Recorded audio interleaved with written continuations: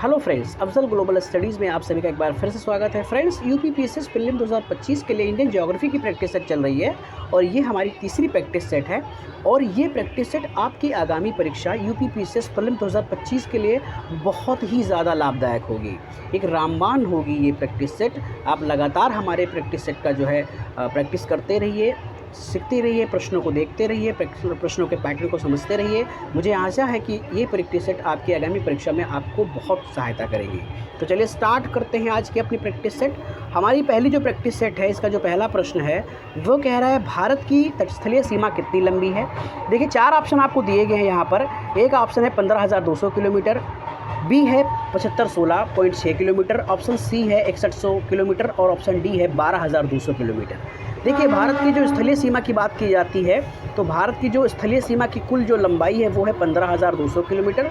और एक रोचक बात ये आप जान लीजिए कि जो 15,200 किलोमीटर भारत की स्थलीय सीमा की लंबाई है, इससे भारत के 7 पड़ोसी देश अपनी सीमा साझा करते हैं, ये भी आप जान लीजिए।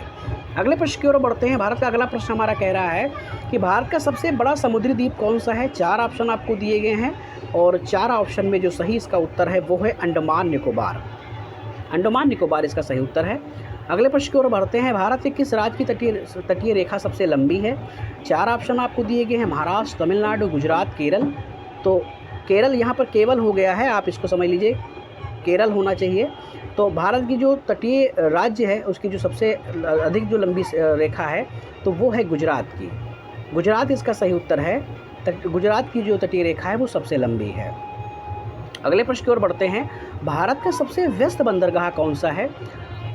देखिए, हमारा जो भारत है और इसके जो तटीय राज्य हैं, उन तटीय राज्यों में कई बंदरगाह बनाए जाते हैं जिसको हम पत्तन भी कहते हैं। उन बंदरगाहों पे जो है जो कच्चा माल होता है विदेशों से आता है और यहाँ से माल जो है इंपोर्ट भी होता है, यानी हम उसको मंगाते भी हैं और इंपोर्ट एक्सपोर्ट भी करते हैं। तो भारत के जो सबसे व्यस्त बंदरगाह की बात की जाती है तो नाम आता है जवाहर नेहरू पोर्ट का। तो भारत का जो सबसे व्यस्त बंदरगाह है वो है Jawahar Nehru port. Option B इसका सही उत्तर है, ऑप्शन बी। अगले प्रश्न की ओर हम बढ़ते हैं कि लक्षद्वीप द्वीप समूह किस प्रकार के द्वीप हैं। ज्वालामुखी द्वीप, ग्रेनाइट द्वीप, प्रवाल द्वीप या फिर नदीय द्वीप। तो इसका सही उत्तर हो जाता है प्रवाल द्वीप। प्रवाल द्वीप, कोरल रीफ ये हैं। अगले प्रश्न की ओर हम बढ़ते हैं। अगला प्रश्न कह रहा है हमारा कि भारत के पश्चिमी तट पर कौन से राज्य स्थित हैं। भारत के पश्चिमी तट की बात कर रहा है। आपको समझना है कि भारत का जो पश्चिमी तट है, जब हम भारत के पश्चिमी तट की बात करते हैं इस तरीके से की बात करते हैं तो ये हिस्से की बात करते हैं हम जब, तो इस पे जो हम स्टेट देखते हैं तो कुछ इस प्रकार से स्टेट देखते हैं, जिसमें एक स्टेट ये तो आपका गोवा हो जाता है, गुजरात। दूसरे जब नीचे गुजरात के नीचे आते हैं हम तो ये आपका महाराष्ट्र, महाराष्ट्र के नीचे आते हैं तो गोवा, गोवा के नीचे आते हैं थोड़ा तो आपका कर्नाटक, कर्नाटक के नीचे आते हैं तो केरल।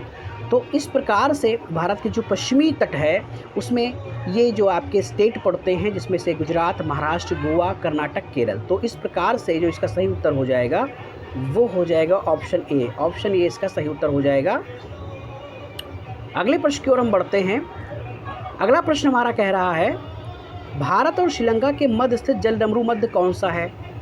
4 ऑप्शन दिए गए हैं, मलक्का, पाल्क, मोजाम्बिक और सुंडा।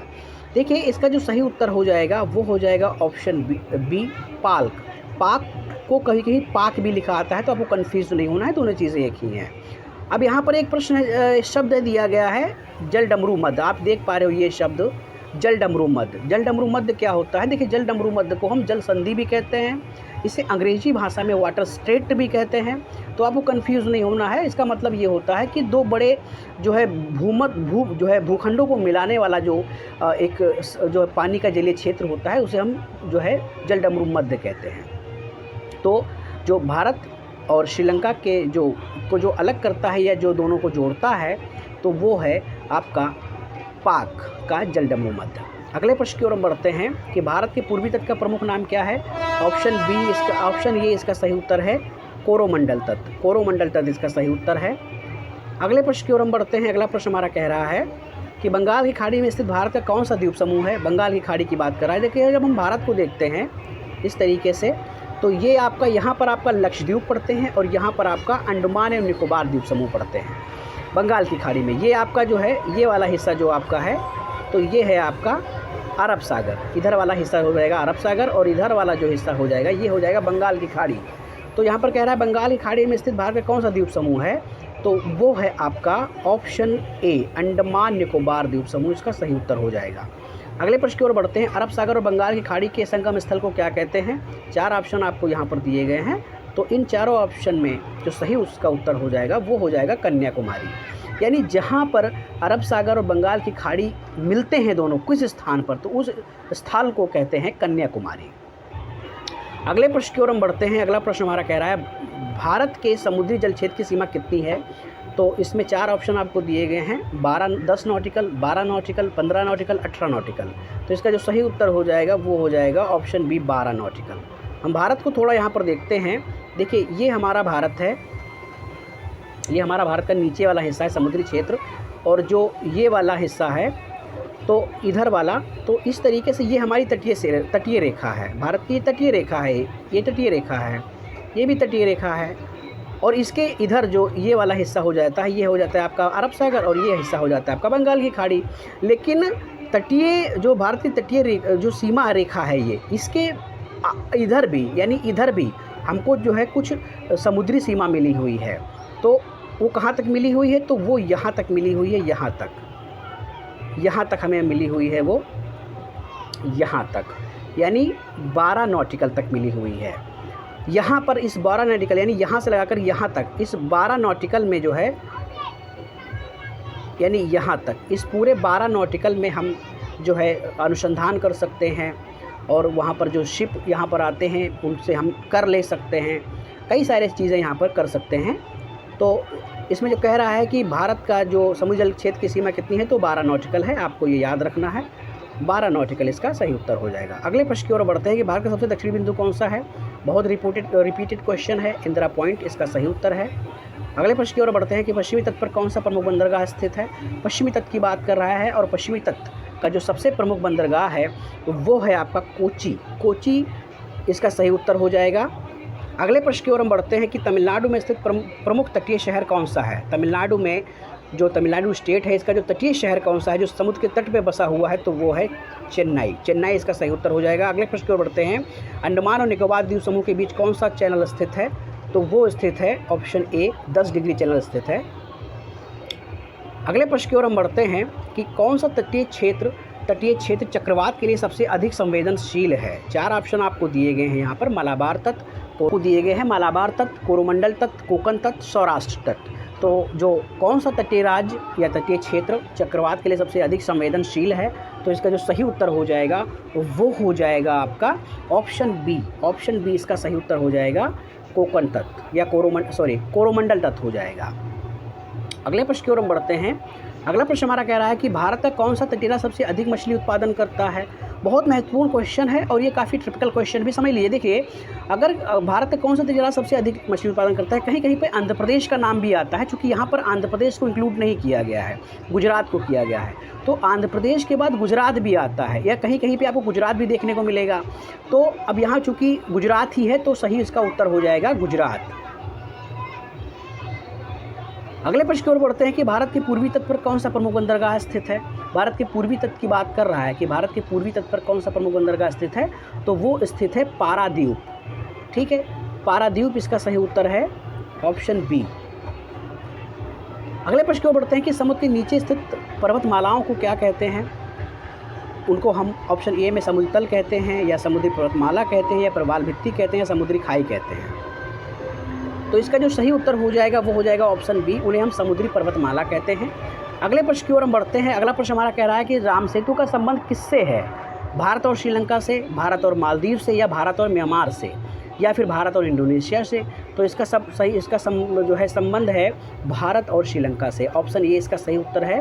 राम सेतु का जिक्र कई पौराणिक कथाओं में इस तरीके से, या पौराणिक ग्रंथों में भी इसका जिक्र मिलता है। राम सेतु इस नाम से ही स्पष्ट है। सेतु का मतलब होता है पुल, राम का मतलब राम, यानी राम का पुल। ऐसा कहा जाता है कि जब रावण के द्वारा सीता जी का जब अपहरण हुआ था, तो उस अपहरण मतलब सीता जी को छुड़ाने के लिए राम जी और उनकी वानरों की सेना ने एक पुल का निर्माण किया था, और उसी पुल को जो है राम सेतु कहा जाता है। ऐसे वो पुल बना था कि उस किसी मतलब पत्थर पर राम लिख दिया जाता था और उस पत्थर को समुद्र में फेंक दिया जाता था और वो पत्थर पानी में डूबता नहीं था और इसी वो पानी के ऊपर रहता था और इसी प्रकार से पुल की रचना हुई थी जिसे राम सेतु कहा जाता था। तो इसका जो सीधा संबंध है वो है आपका ऑप्शन ए से इसका संबंध है भारत और श्रीलंका से।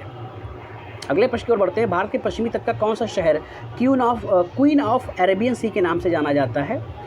4 ऑप्शन दिए गए हैं। Option A Kochi, option B Mumbai, option C Goa, option D Mangalore. सही इसका उत्तर हो जाएगा ऑप्शन ए कोची, सही उत्तर हो जाएगा।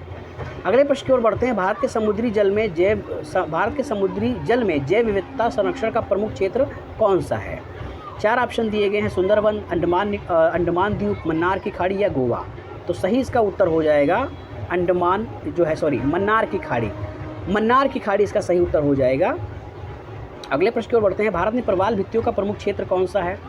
इसमें ऑप्शन ये है Lakshadweep, option B Andaman, option C Nicobar, option D सभी। क्या सभी हैं या फिर लक्षद्वीप है या अंडमान है या निकोबार है? देखिए, भारत में प्रवाल भित्तियों का प्रमुख क्षेत्र कौन सा है? देखिए, जो भारत के पश्चिम में और पूर्व में जो द्वीप समूह हैं, जिस तरीके से पश्चिम की बात की जाए तो लक्षद्वीप और पूर्व की बात की जाए तो अंडमान निकोबार द्वीप समूह, ये सभी जो द्वीप समूह हैं ये प्रवाल भित्तियों से बने हैं, यानी कोरल रीफ से बने हुए हैं।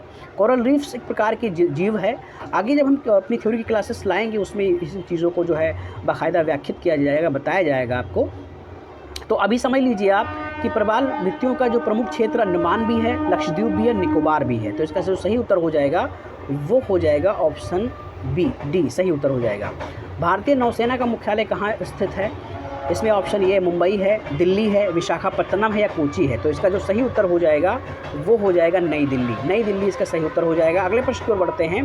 भारत का कौन सा बंदरगाह डायमंड हार्बर के नाम से जाना जाता है? बहुत ही महत्वपूर्ण क्वेश्चन है फ्रेंड्स, बहुत ही महत्वपूर्ण क्वेश्चन है कि भारत का कौन सा बंदरगाह डायमंड हार्बर के नाम से जाना जाता है।